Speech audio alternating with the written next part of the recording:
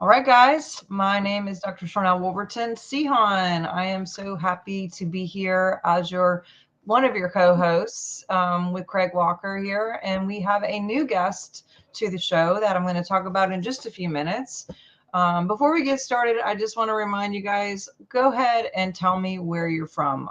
This is a live show. I want to know who are you, where you're from. We're trying to do some analytics of it and kind of get a gauge on who we're talking to. And every now and then I'll ask you, just tell me where you are, what city, what country. I like to get a gauge on if you're female, male, like who's watching, who's listening. I really want to know. So if you could do that for me. Also, helping the algorithm is really great. So doing all the fun things like hitting the like, commenting, sharing, all of this. You never know how this message is going to touch someone's heart and resonate and maybe encourage them in these specific times that we're in. It's been a little bit interesting. I don't know about you, but yeah, I think we can all use a little more love, a little more truth, a little more hope. So with all that being said, Craig, how are you? It's been a minute since I've seen you before we get our new guest on.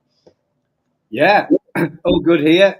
So the last show we did was the night I got back from when I was in Florida. Actually, that's the last time we did a show, which was amazing. And weather's changing here, which is good. We're getting a bit warmer now, which is fantastic.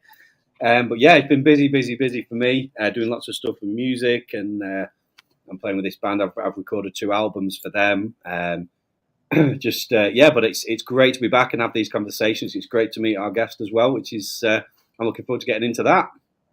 All right. Well, without further ado, I'll share a little bit how I even got connected to Debbie. Debbie Solaris, wow. I mean, she's got quite several years behind her doing in this space of energy and spirituality and contact and intuition and all the things that she works with. I was doing, I do several podcast interviews a day, sometimes a week. And what's really interesting is 3 people that interviewed me in a row mentioned that they had met Debbie and that Debbie had given them a session. 3 people in a row that did not know each other, that were, I guess one of the questions that came up to me was what was pivotal to me. And I had turned it around on them and said, what was pivotal to you in your wake up? And every one of them, all 3 who didn't know each other, all said you and their session with you was what really was the jumping or the launching space for them to really tap into who they are, who remember who they are, connect with, whoever they were connected to. And I was like, okay, I may not be the smartest cookie in the cookie jar, but when I start seeing things over and over in those synchronicities, I pay attention. So we were in Florida and I brought that up to Laura, and Laura was like, oh, I know. I was just with, and how she had that connection with you. Mhm. Like, okay, I'm going to like send her a quick email and talk to her. And then I found out you were going to be at the expo where I was going to be just a couple weeks later. I was like, oh my gosh, this is so meant to be. I don't know what's in store for this interview or what's in store for our relationship going forward, or I really don't know, but I like to just follow those things. So I don't know a whole lot about you except for that you're just an icon of light and love and brilliance and radiance to our planet. And so many people have said amazing things. I got to hug you in real life, and that was just a special thing. You're so beautiful and radiant. And so tell us how you got here. Like, what is the backstory here? Yeah, that's a good story. But and by the way, thank you for having me on. I know it kind of took a while to coordinate our schedules, and I thought the synchronicity as far as me being on the Galactic Origins cruise, last December with Laura Eisenhower, and then meeting you through her, was really very much synchronicity. So it was.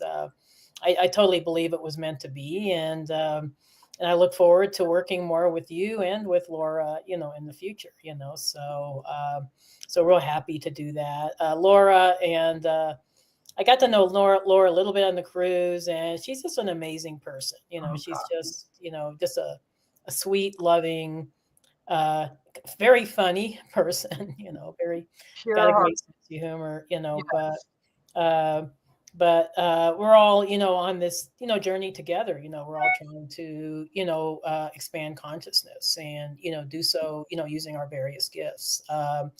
But to answer your question about how I got started, I actually, I wasn't a spiritual person for most of my life. I was very 3D. As a matter of fact, I spent 6 years serving in the military as active duty, in U.S. Navy. So I was in the Navy for 6 years, and so very, very 3D. So, and then spent quite a few years after that working in environmental health. So worked in the scientific kind of field. What didn't have any interest in spirituality or metaphysics or and definitely not in ETs or UFOs, so it was, it was kind of weird how I got connected with all that, so I met my now husband back in 2002, and I noticed, as we were dating for a while, that he was really interested in the paranormal, and he would read articles and magazines about UFOs, and that was how I got introduced to it. Before that, I had a very ordinary upbringing. I was not, my family didn't talk about these things. We were raised Roman Catholic, so, this wasn't a topic, ever a topic of conversation, within my family. So when I started dating my boo, I was like, what's he reading? It's kind of weird, so kind of helped expand my consciousness a little bit. But everything started for me in 2012. I had not just one, but two extraterrestrial contact experiences where I was actually connected with extraterrestrial beings. And then and then at that point, I went from being totally asleep to being totally awakened, and started downloading quite a few, a lot of information about galactic history, star races, star systems, stuff I never even was exposed to before. And initially, I thought I was really super crazy. I thought I was losing it. I thought, okay, I'm losing it. Just to make sure, I'm gonna do some research and see what this is all about, and take some spiritual classes. Fortunately, I live in Colorado, where we do have a plethora of spiritual offerings here. So I was very fortunate to be in Colorado, where I could connect with other people that are in the metaphysical field, and so for 2 years after my experience, so I had, my initial experience in May 2012, and then my second experience in December 2012. And if you want, I can get deeper into what happened. But after that, I started noticing, obviously, just some weird things were happening. I was seeing UFOs all the time. At that point, I was having, a lot of interdimensional traveling experiences, massive downloads of galactic information that I knew I didn't learn anywhere else, and was starting to tap into like people and, general just information about them, just like information about them, their past lives, their families, their star origins. I mean, it was just crazy. I mean, I was just but for 2 years after 2012, I didn't say anything to anybody. I mean, I maybe told my husband and two friends, like what happened, and maybe my spiritual teacher, but I didn't talk about it because I was sure people were going to put me in the loony bin. In 2015, I was invited. I just happened to meet a lady who was the coordinator for the IANS, which is the near-death experiencer group in Denver. And they were doing an ET contactee panel. And I told her I was an ET contactee. And she talked to me into presenting publicly my story. And that's when people started to get to know me. I was invited to do a presentation on galactic history at the University of Colorado in Boulder. I mean, that was impressive, So, and I was just a newbie. I mean, I didn't know what the heck I was doing. I was just like, okay, I guess this is my new life, But I started doing presentations, on galactic history, star races, star seeds, just throughout the Front Range of Colorado.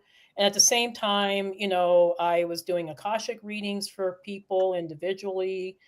I did several readings for quite a few. Actually, I did readings for quite a few people that worked at Gaia TV. And that's how Gaia TV got to know me. And they invited me, finally in 2020, they invited me to be a guest on the Beyond Belief show with George Norrie. And that kind of blew up after that. So, but it took a while to get there. It wasn't like, oh yeah, I had my spiritual awakening, and then okay, now I'm doing this, public figure thing. It was very, it was quite a journey to get there. And it wasn't an easy journey by any means. It wasn't like, sunshine and roses all the time. We all go through our dark night of the soul.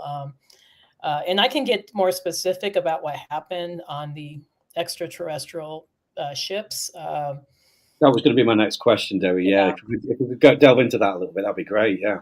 Yeah, totally. So in 2012, I was going through a lot of transition personally, and there was a lot of transition happening on the planet. People were talking about the Mayan calendar. The United States was going through a big election. And then there was just a lot going on. I mean, and I always kind of joke that I'm a spiritual warrior, not a warrior. So I'm a spiritual warrior. So I worry a lot. So I was worried about the state of the planet. So one night I couldn't sleep. And so I sent out this prayer to the universe asking for divine assistance for the planet. And I was sending it out to any, interdimensional being that would listen to me, just including galactic brothers and sisters. And then I forgot about the prayer. It was just I went about my next, my normal day-to-day life, forgot about the prayer. And then exactly 2 weeks afterwards, I went to sleep as normal. And when I came back into consciousness, I realized I was not in, I was in a different dimension or a different reality because, and I knew it wasn't a dream because it was super, super real. When you're in the higher dimensions, you're in a hyper reality. So this 3D reality isn't really real. It's very fuzzy. It's kind of, it's kind of like dense, and then when you get into the higher dimensions, it's really crystal clear. It's like the details are really sharp, and everything has auras and energy around it. You can see it all. A lot of brilliant colors.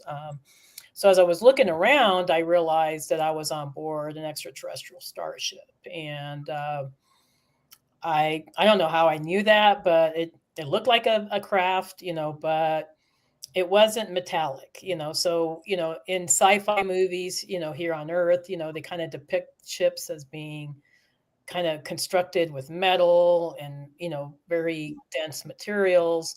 And this ship wasn't like that. It was it was comprised of light, plasma, kind of like plasma-like material. It was very organic. It kind of shifted and changed, and I knew that I was not in Kansas anymore. So it was crazy. It was like, okay, something's happening here.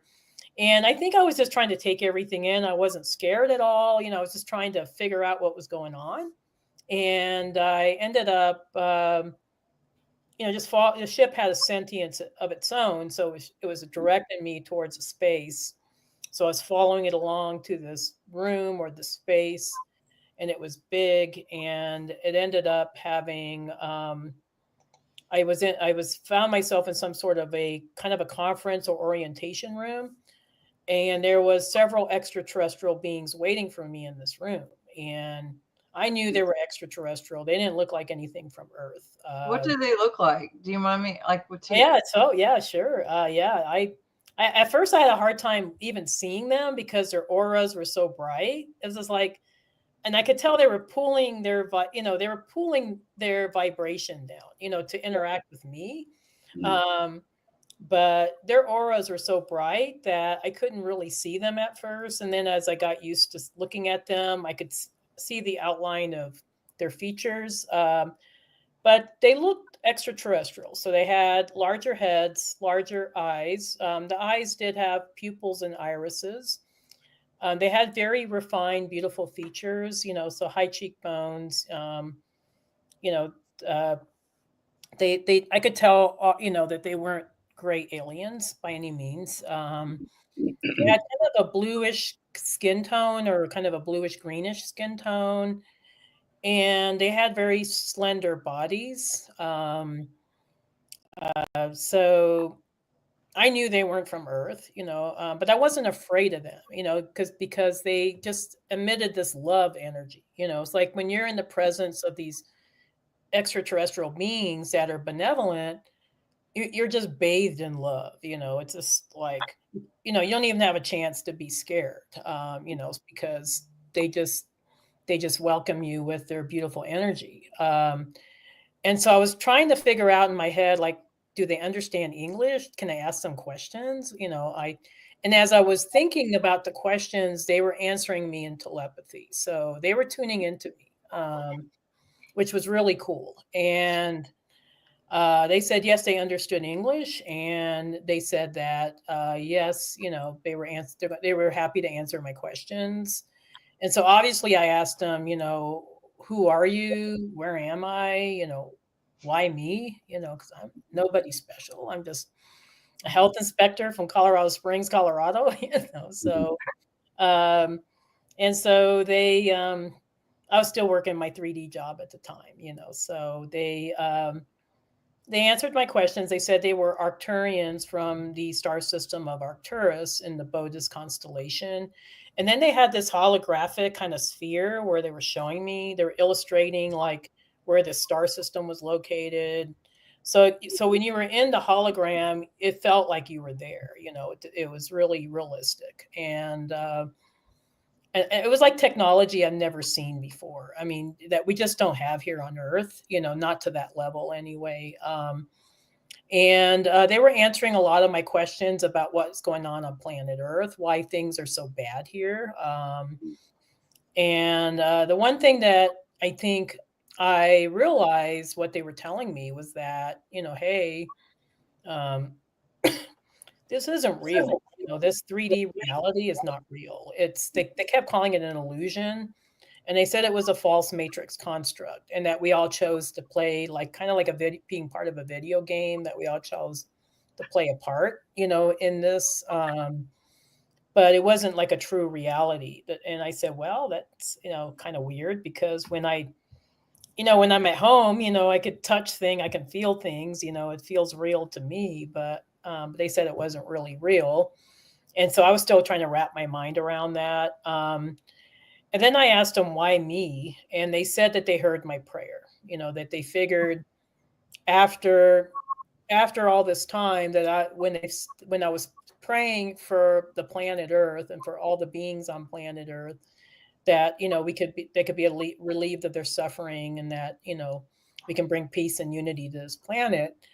They realized I was ready. They said I was actually one of them. That I was chose to incarnate on planet Earth, but I'd forgotten because Earth is dense. I mean, we go through a veil of forgetfulness, when we're here. So for a lot of us, especially us first wavers, as older star seeds, it takes us a while to wake up.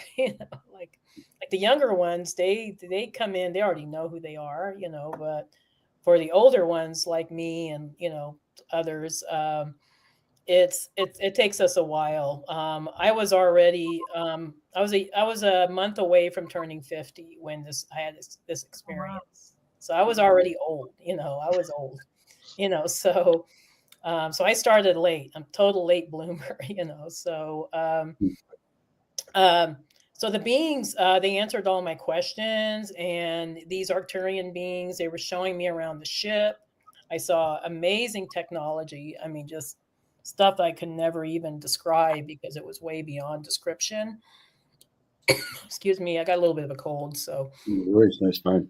yeah. So and then they kind of cut me loose. They said they had things to do and that they were going to allow me to wander and look at the ship on my own. So I did manage to find myself in the huge central portion of the ship, which was like a huge atrium, several stories high. It was huge. The ship was city sized. It had hundreds of beings on board, the terrestrial beings. So it wasn't just Arcturians. There was beings of a lot of different species, most of them humanoid, from what I could tell. Some that weren't, but most of them were humanoid. And there was this big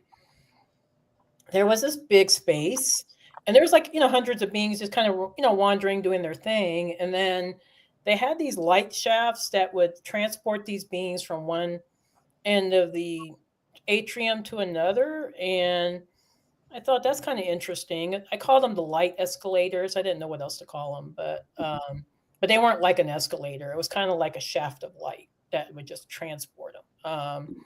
And it had like a rainbow color. So, excuse me. So I went on board. I tried to step on one of them, and it kept throwing me off.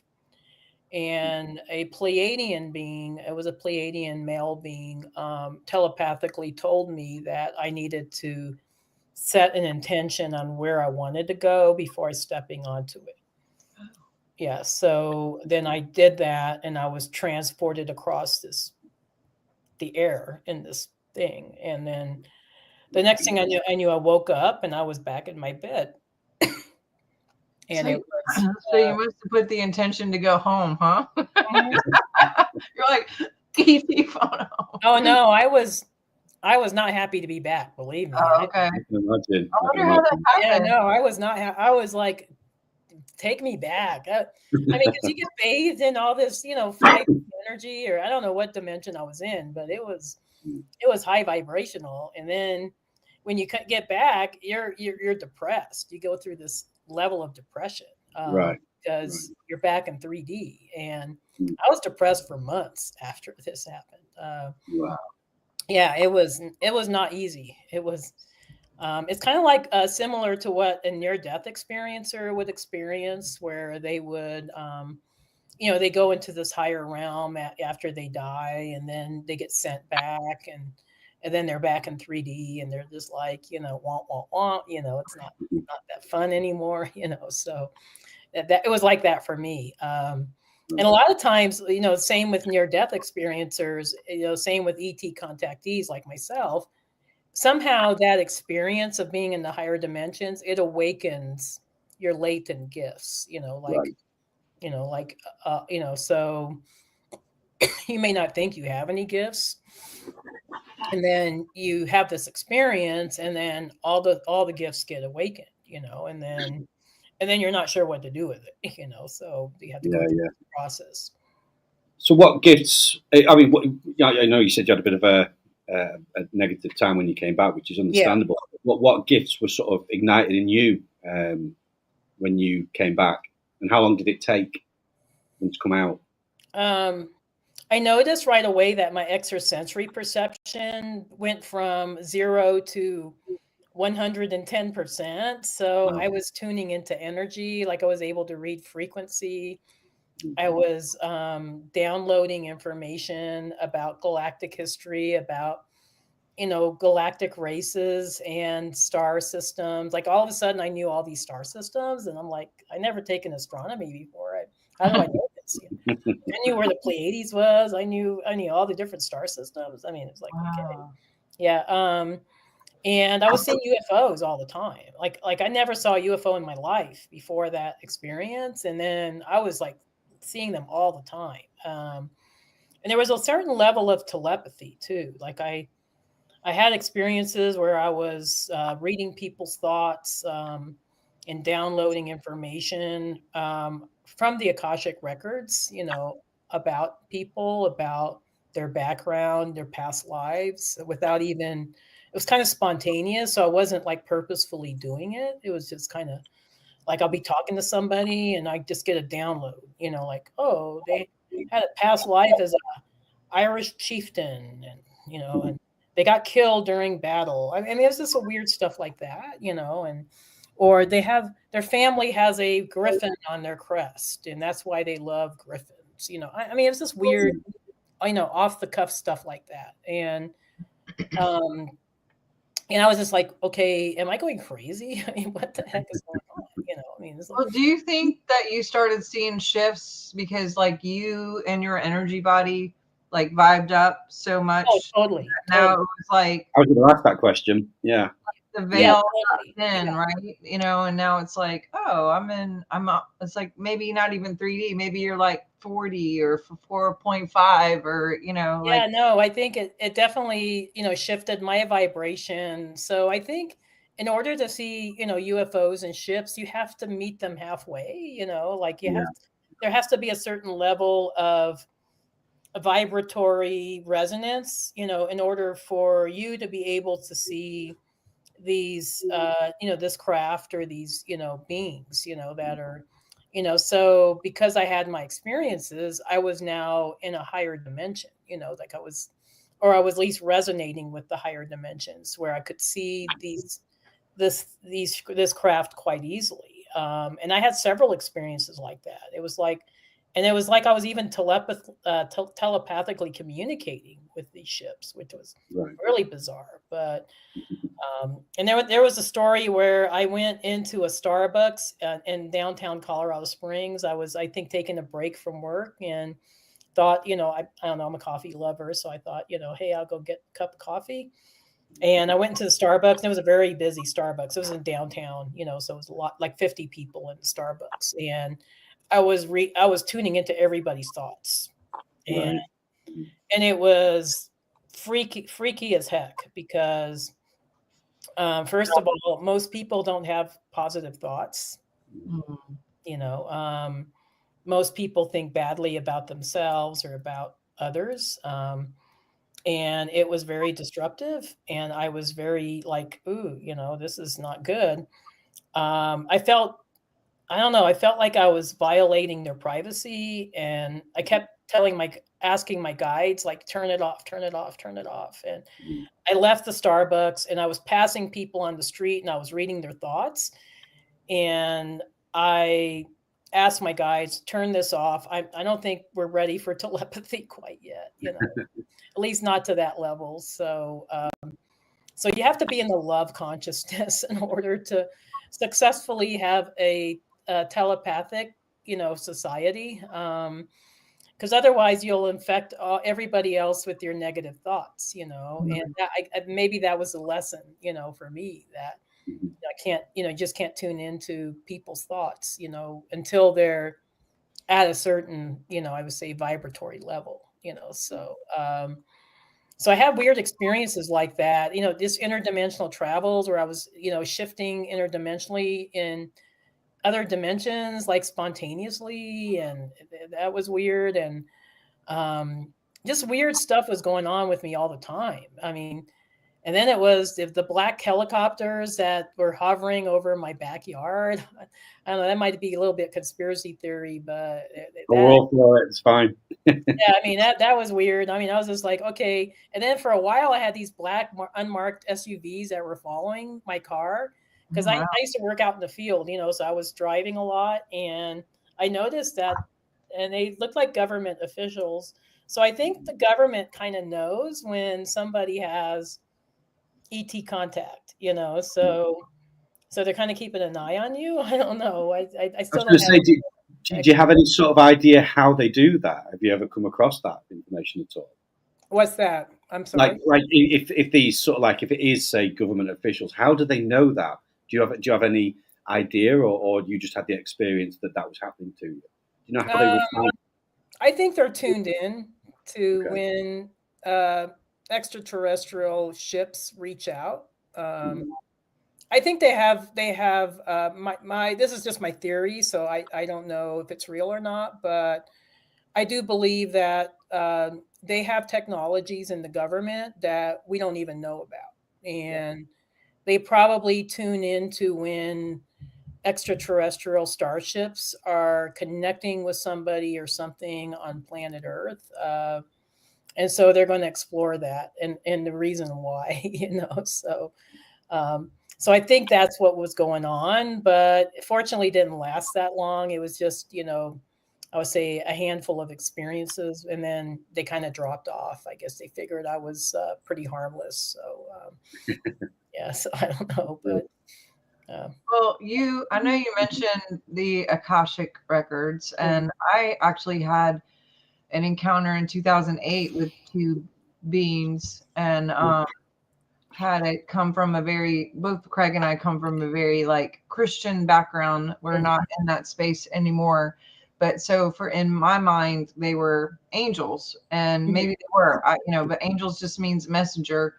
Part of my experience with that is that there were books everywhere, really, really tall beings, and these books were stacked, and then the books were opened, and it was like records of different people who were healed of different things and like how they were healed. And I talked to, at the time I was in a different community, and so I was told one thing, and then later after I met Laura and had she's been in my life now since 2016, and more and more people are like, oh, well, that's the Akashic records, that's what you saw, blah blah blah. And so what, for the average Joe, maybe there's people who don't know what that is, explain in your words, because even Paul Keith Davis is a friend of ours who was in the Christian community, and he had this encounter where he went to he called it the libraries of heaven. All these books everywhere and different things. And it always makes me just wonder, like, are we all seeing the same thing, but we just have a different language about what these things are, like, or, what is that? But what is Akashic records to you, and how could I get back to like seeing more books, and like, how do you tap into that? Absolutely.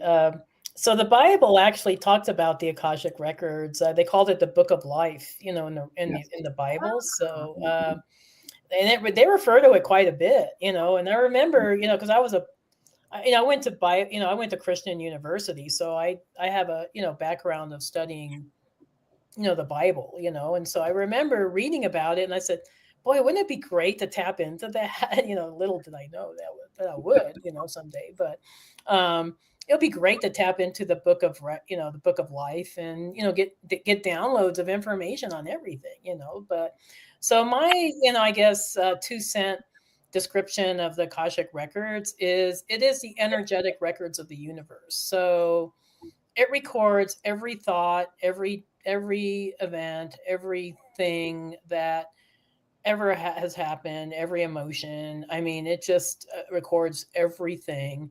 And actually, we're all contributing to the Akashic records. So it's not like there's a bunch of beings that are, transcribing everything. Is that energetically we're all, sharing our experiences, and it gets recorded in the Akashic records. But it's energetic. It's not like a physical space. So I think people maybe have, when they connect with it, because they're connecting with it through their own frame of reference, they might have different descriptions of what this place might look like. But it's not really a physical place. Some people see it like a library with a bunch of books. Other people, like myself, I see it more crystalline, like a bunch of sacred geometry, and you're connecting with that particular person's crystal or sacred geometry. So that's how I visualize it. And so it's different, but it's pretty much the same thing, So when people tap into the Akash or the Akasha, they're tapping into this energetic space, and it's in the highest dimensional realms, So when you're doing when you're connecting with the Akashic records, when you're doing a reading for somebody, you're connecting with that highest vibrational realm, So you're downloading a lot of high vibrations, when you're connecting with that. But you can get information on anything. And you can get information on, I guess I became known as the person that taps into the galactic Akashic records, the galactic. So I look beyond Earth records. So for a long time, people were only able to access Earth lives. And so people were tapping into past lives. And I do think, Edgar Casey was, working a lot with the Akashic records. And, so he was tapping into Earth lives because that's what where the consciousness was at, in the early last century, whereas now I think because the consciousness has expanded so much, now we're able to tap into records beyond Earth. So we're able to tap into records from other star systems, from other galaxies, maybe even other universes. And so I noticed that when I was working with the Akashic records, I was going way beyond Earth, so I was tapping into people's origination point, so it was like, people would come to me wanting to know where they're from, and, I was able to tell them, like, hey, this is where you started off at, and these are, some of the lifetimes you've had, outside of Earth. And then, so I just became known for that, so now we're at the consciousness level where we can access records way beyond Earth, which the records, doesn't just cover this universe. It covers a multitude of other universes, so you can tap into records from another universe, which I've done quite a few times, so. And it depends so it's kind of like a need to know basis. So it's not like I can just be like, oh yeah, I want to know about some other universe, it's not like I can tap into it all the time. It's like if it's going to be helpful to my client, if my client has some connection, then I can tap into that, so then I can get that download. But other than that, it's kind of as a need to know, so a lot of times when people have a reading, for instance, they may not know every single past life they've ever had because it's not relevant, so so maybe there's certain lifetimes that they need to know about at that time, and so that's what will come through, rather than, oh, I'm giving you a blow by blow, this is that first you were here, then you were here. It doesn't work like that, but I do get people that ask me, like, I want to know every single past life I've ever had. And I said, well, you're going to be sitting for like 10 hours and it's not going to be very productive, so, so I don't do readings like that, but I will go over, the significant lifetimes, that are significant to who you are today, and how to integrate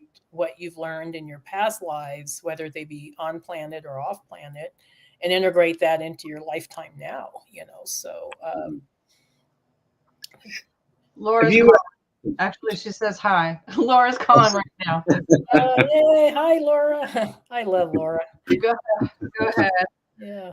Yeah, sorry. No, I was just going to say, because one of my questions was going to be, do sort of like other galactic beings have access to these records too? But you kind of answered that, that they also have records in there, because if it's everything that ever is and was, that makes sense. But I believe also that is it by accessing these things that you have like an understanding and a knowledge of galactic history and wars and things like that have occurred?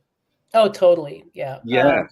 Did it come just as a download? Like you kind of just knew it? Did you have visions? Yeah, I got like massive downloads. I mean, it was like every night. It was like, holy crap! This is like the Encyclopedia Britannica of the galaxy or something. Yeah. I mean, I was getting like, just the whole series of, particularly galactic wars. It was just like a lot of galactic wars and a lot of the things that happen in other star systems. And like I said, at first I thought I was, losing it. I was totally losing it. But as I did research, I did a lot of reading. I read a lot of books. A lot of them are in my library behind me. But uh, I was starting to see that other people were talking about this. It wasn't just me. It was a lot of other people had connected with this information. And so it just gave me validation that what I was seeing was real. But yeah, initially it was all like massive downloads.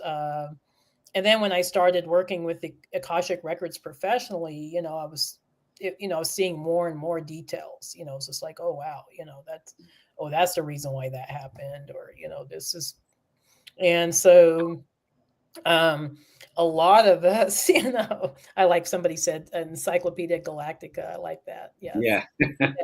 Yeah, that's perfect. Thanks, Anne. Uh, so love that. So anyway, so yeah, so you can get a lot of information about different star races, their history, their culture, why they are the way they are.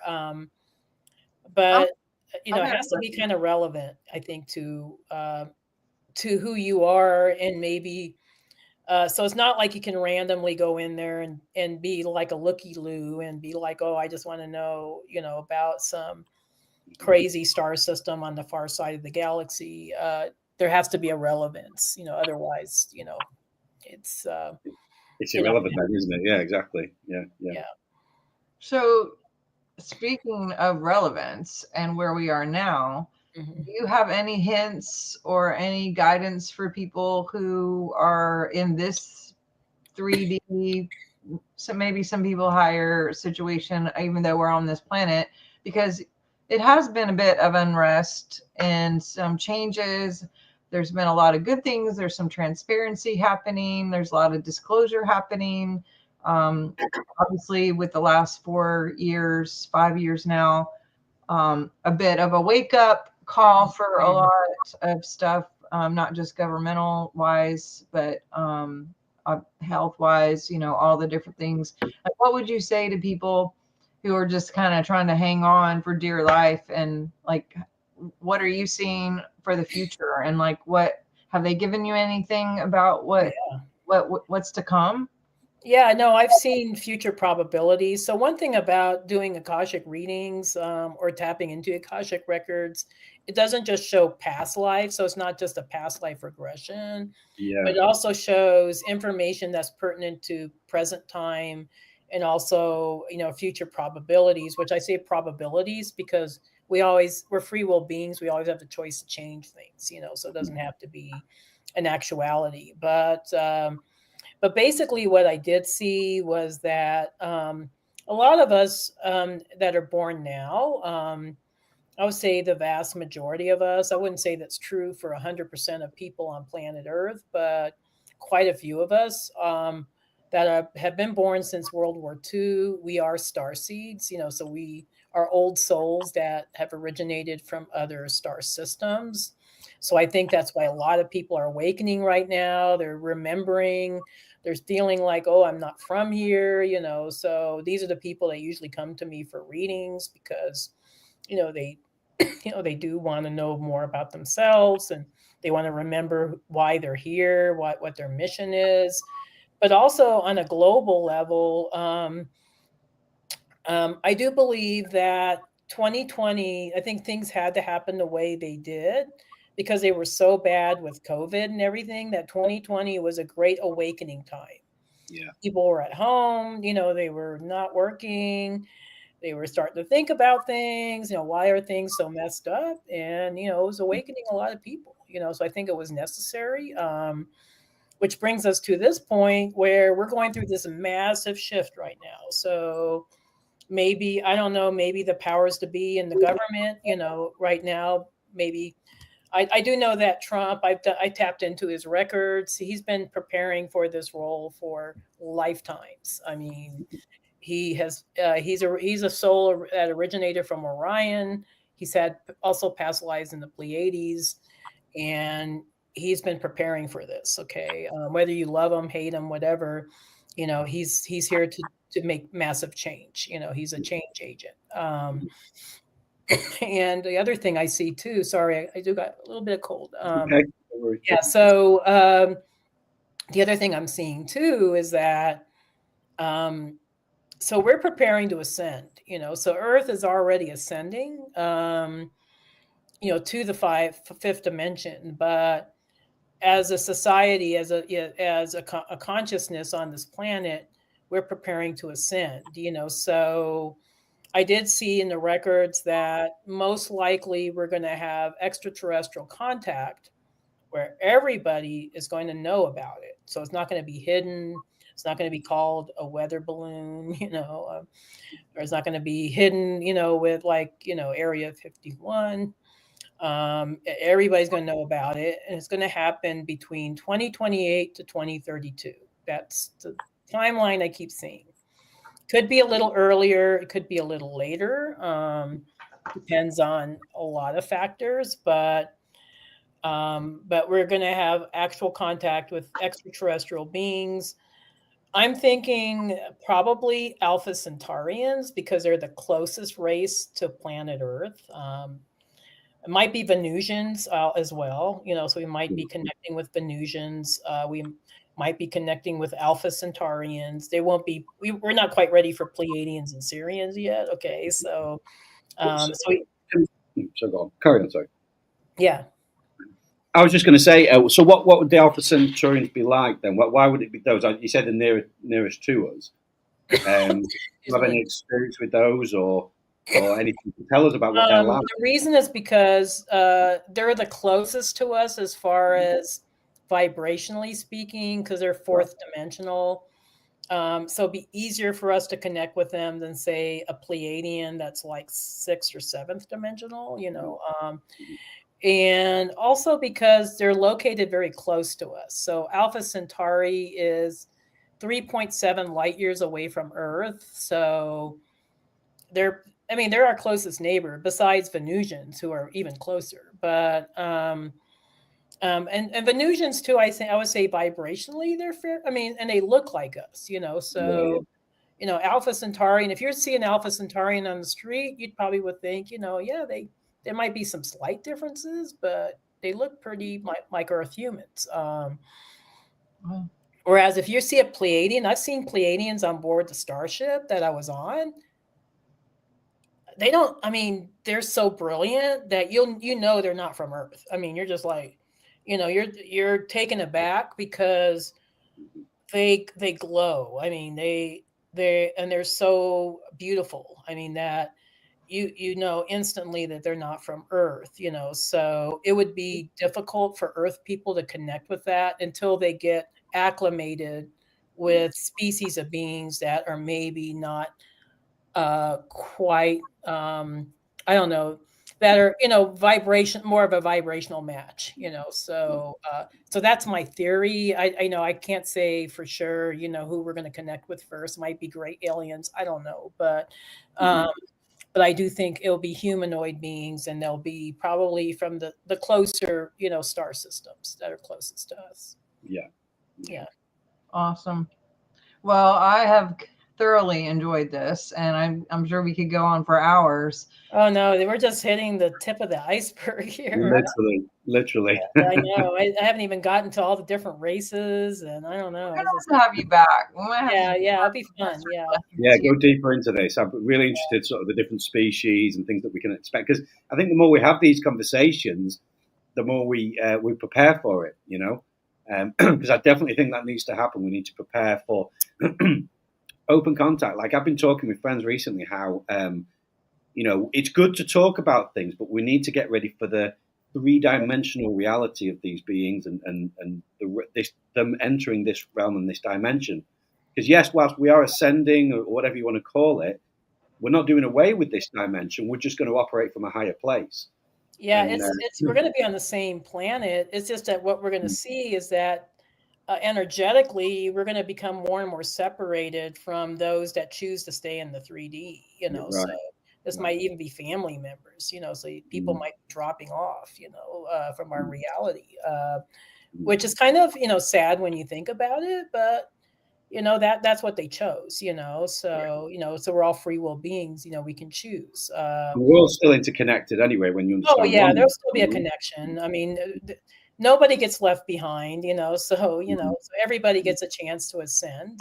But for some people, it'll be on a slower, path, others will be, the fast track, but no, the thing I also saw was that we're going to be seeing now, once we have that contact with these extraterrestrial beings, we're going to start seeing extraterrestrial technologies, like free energy, like med beds. I mean, things that have been hidden for us for decades, if not, hundreds of years, and we're going to evolve at such a rapid rate that we're going to start becoming true galactic citizens, where we're going to really start to interact with other beings. And I think, in a way, we're getting prepared for this now. It's been kind of slow, but, we are getting prepared for it. But it's in warp speed now. It really is going fast now. With we've got Elon Musk talking about Mars. Even if that's the possibility, or just to break up in the possibility of it, so that people are thinking bigger already. Yeah.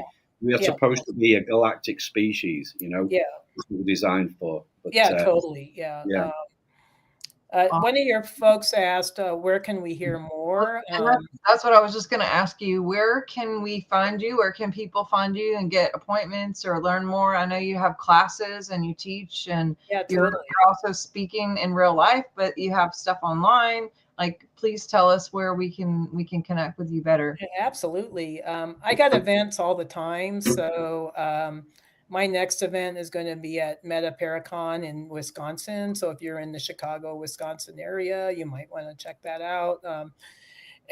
So you can see me in person. I have quite a few online events as well. So my next online event is going to be with Den Meditation. It'll be this month on the 14th. And then I'm also doing an event with Portal to Ascension in July. And then I'm also doing something with the Spanish kind of consciousness cosmica with their Spanish group. So I'll be doing that also in July. I also do quite a few trainings. So if you guys are interested in learning more about your starseed origins or who you are as a soul, I do offer quite a few little inexpensive trainings on my website under the training page. So just go take a look on my website. I also offer a huge section on galactic history, which is free to anybody. Anybody can go and read up on different star races. And I offer a galactic Akashic reading course yearly. So I think we're going to offer this course this year in September. So if you're interested in that, sign up to subscribe to my website and we'll keep you posted. So yeah, I'm always busy. I'm always doing different things. I also think I'm going to be doing something in Los Angeles in August. So I'll be back in Los Angeles. And if you guys want to connect with me there, that will work as well. And I think we're doing something in British Columbia in November. So it's like, so just keep, if you subscribe to my website, I'm at Debbie Solaris.com, just like I spell it, DebbieSolaris. You can find all information there. And as far as readings are concerned, I am still doing personal readings, but I do have a very busy schedule, and I have over 3,500 people on my waiting list. So I heard recently you say that you got like 3-year waiting list or something. I know, it's crazy. It is insane. So you're welcome to go on the list, but you might have to wait a while. I don't know. It's crazy. We try to go through the list as fast as we can, but it's just I'm just one person, so and that's why it's good to get the classes, because we need more people who know how to do it to spread the love and to get more people understanding, how they can do it themselves and help their friends and their family. Like you said, totally. You're one person. I love that. And I always say anybody can access the records, not just me. I mean, I just taught at a retreat in Hawaii, and I had everybody as part of that retreat accessing the records. So anybody can learn to do it, even if you had no experience. So Awesome. Awesome. Brilliant. Well, we appreciate your time and your energy here. I know how busy you are, and it means a lot to all of us who are here watching and got this space with you. You guys can find me at drsharnael.com, of course, and I'm on all the social medias and do different things too. You guys can check out books and workshops. We actually have a workshop coming up on April the 6th that we're going to do similar to what I did in LA. In LA, we had, I think, 150 some people there for the workshop, and we outcome mapped and did demos for miracles. And I've already had like 36 people respond and tell me about their miracles that they've had. So if you're interested in getting your own miracle, check that out. And yeah, I'm going to be back there with you next year. I hope. And a conscious life, yeah. No, I think we're going back. Yeah, so we'll be there. awesome. It's kind of like conscious life is like spiritual Hollywood. It's like Yeah. anybody in the spiritual or metaphysical realm is there, So Yeah, awesome. yes. Awesome. And too, you guys, if you want to see me in real life, I'm going to be in Florida and New York in the next couple weeks. I'm going to be with Laura Eisenhower and a few other people who are doing Daniel Brinkley and some fun people that are doing expos up in that area. But where can we find you, Craig? Because I know everyone wants to know where you are too and what you're doing. I feel like I should set up a website, but it just wouldn't be much on it. But no, I'm on the socials. I like to connect people on there. I love this kind of conversation. I like, opening the narrative up and getting people thinking and talking. I love all the comments on here as well. So yeah, usual socials, Craig Martin Walker on Facebook. It's great to connect with you, Debbie and Sharnael, as always. It's been a pleasure. I definitely would love to do a part 2 and delve a little bit deeper into some of the other things. We kind of skimmed the surface today, if we've got time. But I'm going over to the Journey to Truth conference in May, Rebels of Disclosure.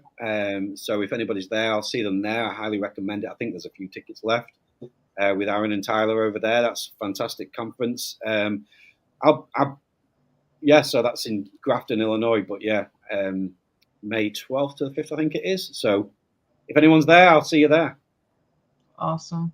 All right, guys. Well, thank you very much for your time. You guys have an awesome week, and we will see you next time. Oh, I want to tell you too, Saturday night, we have a special with Carrie Cassidy, Jennifer Easton Washington, and Laura Eisenhower. Some of you guys know we did a show weekly for several years during all the stuff that was going on.